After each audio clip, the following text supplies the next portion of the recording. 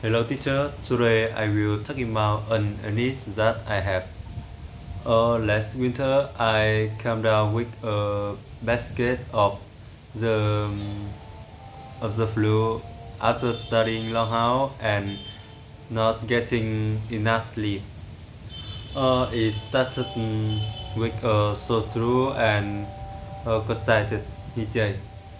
Then quickly turned into a fever and body urges that made it hard to get out of bed. I drank plenty of green tea, took a pill, and stayed in bed. After about a week, the fever disappeared and my energy slowly returned. By the 10th day, I feel completely recovered. Thank you for listening.